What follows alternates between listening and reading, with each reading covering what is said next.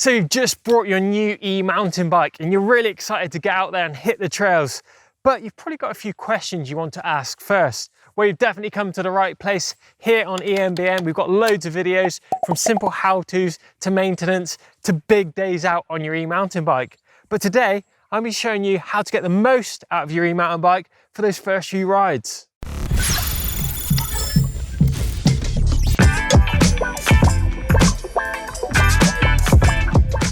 So first up, you need to make sure that your battery is going to be fully charged before your first outing. It's also really worthwhile noting if your battery does remove from your bike, how it actually slides out there and mounts into the frame. Now, a lot of batteries mount differently. On the Specialized lever, it mounts with a bolt into the frame, but some manufacturers will have a key. So it's really important to put that key up somewhere safe because you will need it at some point. So something that's a really great habit to get into is a basic bolt check on your e-mountain bike. Before every ride, I like just to whip over the bike, just keep an eye on those bolts that they haven't worked loose.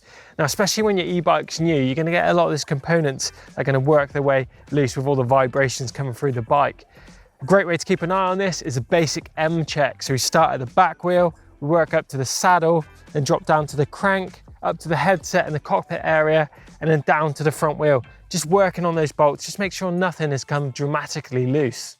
But you don't need to be getting your Arnie arms out when it comes to checking these bolts. Just make sure they're nipped up. We're just trying to, find anything that's worked dramatically loose, not cranking it up as tight as you can. And once you've done, a great way of checking everything is tight, it's a basic bounce test on your bike. Bounce it up and down. If there's anything loose on the bike, you should hear it rattling loose. Just work your way over it. It should be a silent bike.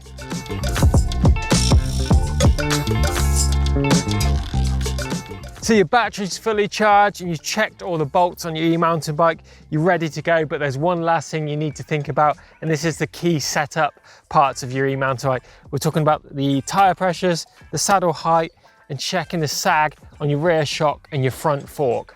So tyre pressure is definitely key when it comes to riding your e-mountain bike. If you've got your tyres too hard, you're gonna get a lot of feedback and not a lot of grip from the trail. If you've got them soft, where you could be within risk of damaging the rim if you were to hit a rock, and also it can start to get a bit wallowy and squirmy in the turns. But as for pressure, well, if you're a bigger rider, then you can run as much as, say, 35, 40 PSI, particularly if you're riding those rocky downhill tracks to offer you a bit of protection. But if you're a lighter rider, we can run as low as 20 PSI. But there is no definitive answer when it comes to tyre pressure. It's purely experimentation on the trails that you ride and at your speed, and just get a feel for how that tyre reacts. Now, a really important part of the setup on your e-bike is going to be saddle height. If you've got your saddle down too low, you're not going to be getting the maximum efficiency out of your legs. Your legs are going to be spinning around up by your ears. It is not a good look. And vice versa, if you've got your saddle too high, then your pelvis is going to be rocking on every pedal revolution, meaning it could lead to problems further down the line. Now, to measure seat height, it's pretty simple. You raise the seat up to its highest position and get your crank in the 6 o'clock position so it's down nice and low. Then sit on the bike with the crank in that position. Just make sure you've got a bit of a slight bend in your knee. If you haven't got that bend in your knee, then your saddle is too high, and vice versa. If it's too low, you need to measure that too. Now, a key part of setting your e-mountain bike up is going to be the suspension. Now, if you've got a full suspension bike, you're going to have a shock on the rear and a suspension fork up front. But the rear shock is definitely where you need to pay some attention to something called sag. Now, if you don't know what sag is, this is the amount of travel that is used up by the rider weight alone. And when we're talking rider weight, you definitely need to be wearing all your riding kit, your helmet, your backpack, your spare battery, and all the water in there to measure the sag correctly. Now, I've got a RockShox unit on this bike. Now, they've got these lovely laser etched markings on there and a marker that you can simply slide down the shaft to measure how much sag you've got on the bike.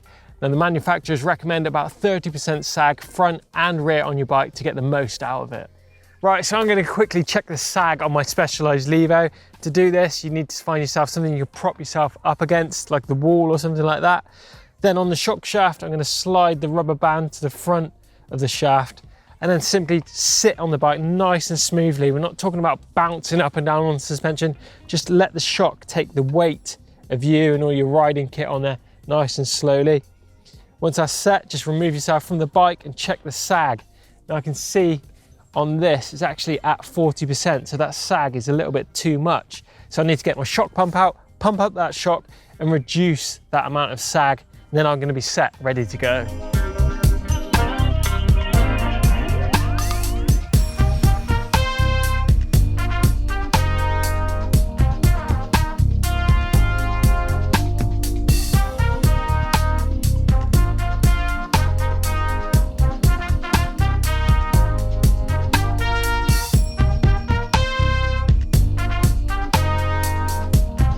Then there is, of course, a kit that you're going to wear when you're out and about on your e-bike. Now, if there's one item you definitely do need, that's got to be the helmet protecting your head. So if you were to crash, your head is definitely going to be protected. Lots of different options and different prices for helmets, but you definitely do need one of those.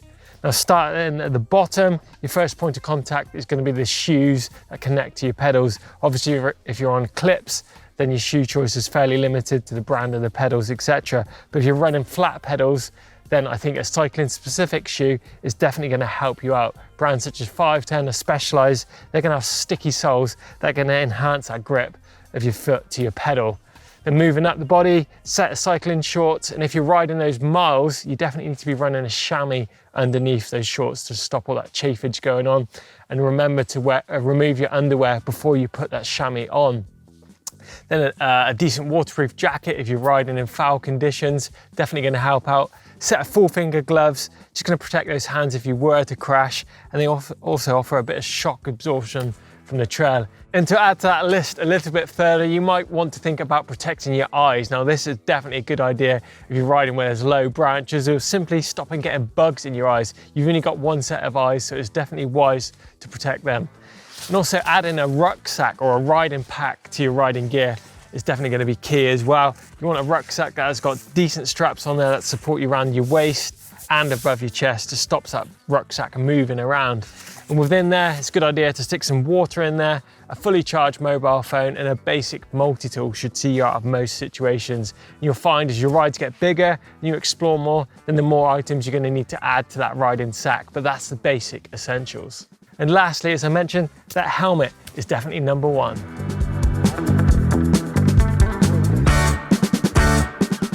So that's it, you're all ready to ride. Now, first things first, I suggest you find a nice open area just like what we've got here, nothing too crazy, and just simply go around and ride your bike. Get used to where everything is on the handlebars and your cockpit area, how your brakes work, where your brakes are, which brake does what, which gear lever does what, how to change to an easier gear, how to change to a harder gear. Get used to unweighting your seat and getting that drop of seat post up, and changing power modes. Every single little thing. There's a lot going on in your handlebars, and an area like this is a perfect way to go and explore it.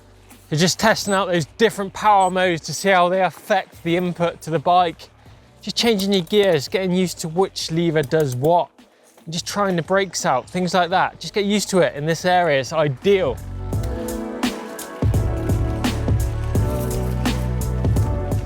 Also try and get a bit in tune with your suspension, just get to feel how your suspension falls and rises. Try and get in time with that as well. This is really going to help you out when it comes to hitting those more technical sections. Something that's worth noting from those first few rides is which foot you ride with forward. Now, some riders ride with their left foot forward, some riders ride with their right foot forward, and knowing this when it comes to those technical parts of the trail is definitely key. Now, the way you're going to find this out is to find a flat area just like this one and ride around. And when you corner, notice which foot you have forward. Feel which one puts you most at ease, because that is a foot that you're going to need forward when it comes to those more technical parts of the trail. Now, one thing as a beginner you might notice about your e-bike is the weight of it. Now, out and about when you're riding on the trail, you don't really notice the weight of the bike until it comes to lifting up a wheel or even picking the bike up itself. But when you're on the trail, if you need to lift the wheels off, you really need to be in tune and in time with the suspension. This is the only way to accentuate those movements. So you really need to push into the suspension, preload it, and use that pop off of the fork or the rear shock to get those wheels off the ground.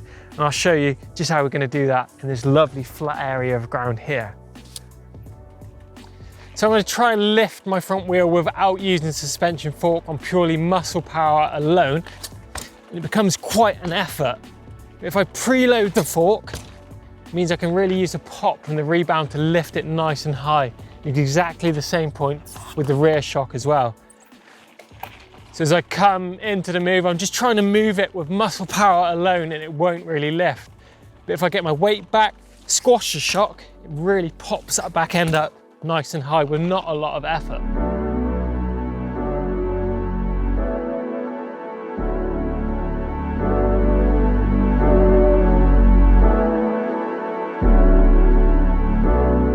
Something that's really going to help polish up on this hill climbing skills is practicing them on a small slope, just like this one behind me. Try attacking it in different gears, try attacking it with different cadence, and try attacking it with different power modes, all the way from eco up to turbo. And another little tip you want to practice on something like this is shifting your gears whilst under load. Now I see a lot of beginners making this mistake. When they go to change a gear, they keep the power on from the motor, and therefore when they change, the cassette makes a huge crack and grinding noise as the derailleur scrapes it across.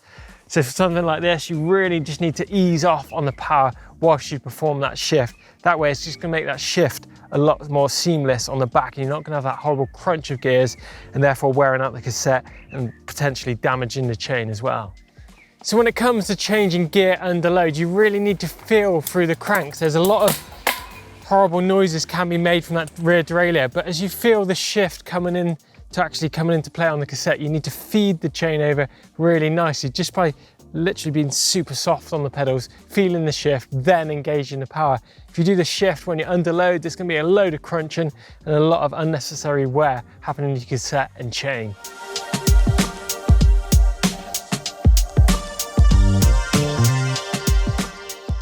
So knowing the sweet spot of your motor is super important when it comes to climbing hills. Now this is all to do with cadence. Now if you don't know what cadence is, it's the amount of times your legs spin per minute, and that's going to vary as to how much effort you're putting in and how fast you're spinning those legs.